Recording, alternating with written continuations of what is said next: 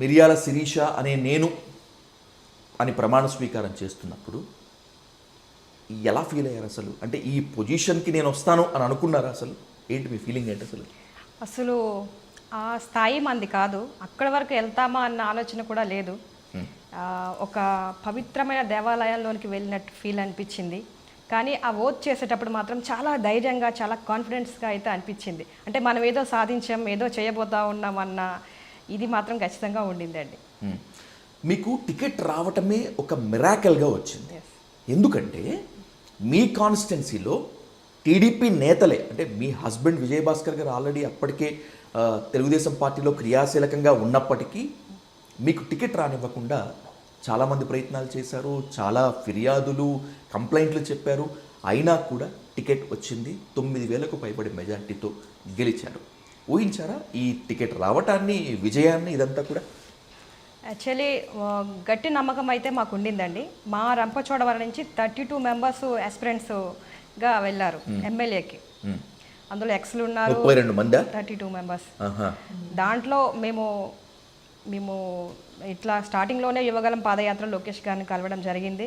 So మేము మా husband ఏ విధంగా పార్టీలో యాక్టివిటీగా ఉన్నారు, ఏం చేస్తుంటారు, మా అత్త మామలు ఎటువంటి ఫీల్డ్లో ఉన్నారు, నేను ఎటువంటి ఇబ్బందులు పడి వచ్చాను అనేది లోకేష్ గారి దృష్టిలో పెట్టడం జరిగింది. తర్వాత సీఎం గారి దగ్గర కూడా మేము చెప్పడం జరిగింది.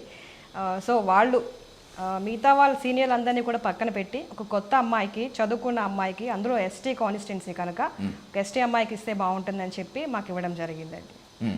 యాక్చువల్గా రాజేశ్వరి గారు, అంటే మాజీ ఎమ్మెల్యే రాజేశ్వరి గారు విపరీతంగా ట్రై చేశారు టికెట్ కోసం. నేను సీనియర్ని, నాకు ఇవ్వండి. వాళ్ళ హస్బెండ్ చాలా కాలంగా పార్టీలో అయితే ఉండుండొచ్చు, కానీ తను మాత్రం పార్టీకి చాలా కొత్త అని చెప్పి విపరీతమైనటువంటి ప్రయత్నాలు చేశారు ఆమెకు చాలామంది మీ కాన్స్టిట్యున్సీలో మీ జిల్లా నేతలు కూడా ఆమెకు చాలా సపోర్ట్గా చేశారు. వీళ్ళందరినీ కాదని, మీరు చెప్పిన 32 మందిని కాదని, మీకు మాత్రమే రంపచోడవరం టికెట్ వచ్చింది అంటే, టీడీపీ బీఫామ్ వచ్చింది అంటే పైరవీలు చేశారా, లేకపోతే ఎమోషనల్ బ్లాక్మెయిలింగ్ చేశారా, లేకపోతే మీ టాలెంట్ని గుర్తించి పార్టీ అధిష్టానం మీకు టికెట్ ఇచ్చిందా? నిజంగానే రాజేశ్వరి గారు ఎక్స్ఎమ్మెల్యేగా ఉన్నారు, తర్వాత ఇన్ఛార్జ్గా కూడా ఉన్నారు. ఎందుకంటే 10 years మాకు వైఎస్ఆర్సీపీ పార్టీ రావడం జరిగింది రంపచోడవరంలో. సో తర్వాత ఆవిడ వైసీపీ నుంచి టీడీపీలోకి రావడం, టీడీపీలో ఇన్ఛార్జ్గా ఉండడం కూడా జరిగింది. నిజంగానే పార్టీకి కష్టపడ్డారు ఆమె. చాలామంది ఆవిడతో పాటు వెళ్ళి టికెట్ కోసం ట్రై చేశారు, వ్యతిరేకంగా మా కోసం మాట్లాడినారు. అయినప్పటికీ కూడా నేటికి ఆవిడతో మేము ఎటువంటి విభేదాలు పెట్టుకోలేదు. ఇప్పటికీ కూడా మేము ఆమెని వదిన అని పిలిచి ప్రతి కార్యక్రమానికి ఉన్నాయండి, ఉన్నాయి, ఖచ్చితంగా ఉన్నాయి. నేను మా హస్బెండ్ ఆవిడని అక్క అంటారు, నేను వదిన అంటాం. సో ఏ యాక్టివిటీ జరిగినా, ప్రభుత్వ కార్యక్రమాలు ఏం జరిగినా ఆవిడని ఇన్వైట్ చేస్తాము. ఖచ్చితంగా నేనే కాల్ చేసి పిలుస్తాను. సో వాళ్ళు ఏం పెట్టుకున్నా సరే మాకైతే మనసులో ఏమీ లేదు. నిజంగానే మా టాలెంట్ చూసే ఇచ్చారని మాత్రం మేము ఖచ్చితంగా అనుకుంటున్నాను. మీ గురించి ఎక్కడైనా ఉదాహరించాల్సి వస్తే, మీ గురించి చెప్పాల్సి వస్తే శిరీష గారు, అంగన్వాడీ టు అసెంబ్లీ అని చెప్తారు. It's great journey. అసలు అంగన్వాడీ టీచర్ వదిలేసి ఎందుకు అసెంబ్లీ టికెట్ తెచ్చుకున్నారు అనేటువంటి దాన్ని ఖచ్చితంగా డిస్కస్ చేసి తీరాలి. మీ కాన్స్టిట్యున్సీలో యువగళం పాదయాత్ర వచ్చినప్పుడు నారా లోకేష్ గారితో మీరు సమర్థవంతంగా మాట్లాడారు. అది స్థానిక వైసీపీ నేతలకు నచ్చలేదు, మిమ్మల్ని బెదిరించారు, మీ మీద కంప్లైంట్స్ చేయబోయారు. కట్ చేస్తే ఎందుకు అని మీరు రిజైన్ చేసేసారు. ఇదేనా? అదే జరిగింది. ఇంతే, అంతే. ఓకే. ఇది మీకు మేలు చేసిందా లేకపోతే నష్టపరిచిందా? ఖచ్చితంగా మేలు చేసిందనే చెప్పొచ్చండి. నేను బీఈడీ చేసి ఉన్నాను. ఖచ్చితంగా టీచర్ ఫీల్డ్లోకి వెళ్దామని నా యొక్క ఇష్టమైంది ఫీల్డ్ అది. సో మా హస్బెండ్ నియోజకవర్గ తెలుగు యువత అధ్యక్షులుగా ఉన్నారు, అత్తామామలు సర్పంచులు చేశారు ఇద్దరు కూడా. సో వాళ్ళు టోటల్గా పొలిటికల్ బ్యాక్గ్రౌండ్ ఫ్యామిలీ. నేను దానికి డిఫరెంట్. వాళ్ళని వెళ్ళామా, జాబ్ చేసుకున్నామా, వచ్చామా. పెళ్ళయింది, అయిన వెంటనే ఒక 4 monthsకి అంగన్వాడీ పోస్ట్ ఖాళీ అయింది. వెంటనే దాంట్లో జాయిన్ అయిపోవడం జరిగింది. నేను 4,000 శాలరీతో జాయిన్ అవ్వాను అంగన్వాడీ టీచర్గా. 4,000 నుంచి 10,000 శాలరీ వరకు పెరిగింది.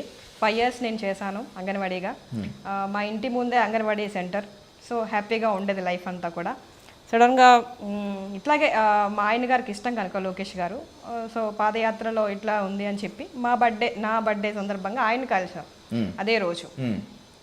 కలిస్తే ఏమైందంటే ఆ ఫొటోస్ని కొంచెం మంది ఫ్రేమ్ చేసేసి, అంటే కొంచెం మంది అంటే వైఎస్ఆర్సీపీ వాళ్ళే, ఓకే, ఈ అమ్మాయి పార్టీలో తిరుగుతుంది, ఇలాంటి ఉద్యోగంలో చేస్తూ అట్లా తిరగకూడదు కదా అని చెప్పి రకరకాలుగా పీడీ వరకు కంప్లైంట్ చేయడం జరిగింది. అండ్ నెక్స్ట్ వెంటనే పీడీ గారి నుంచి సిడిపోకి కంప్లైంట్ వచ్చింది. ఆమె డైరెక్ట్గా నన్ను పిలిచి వార్న్ చేశారు.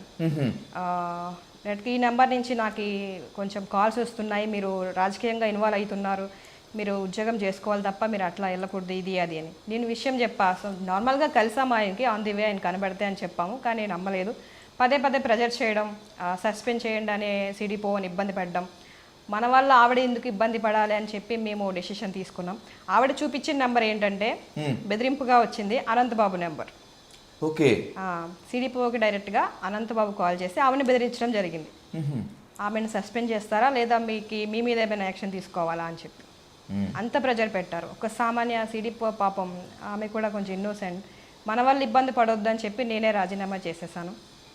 చేసేసిన తర్వాత ఇంకా పార్టీలో తిరగడం స్టార్ట్ చేశాను. సో అక్కడ రంపచోడవరం నియోజకవర్గంలో వైసీపీ తన సమాధికి తానే పునాది రాయి వేసుకుంది. Yes, correct. అంతేనా? ఆమె కరెక్ట్? అంతే అండి.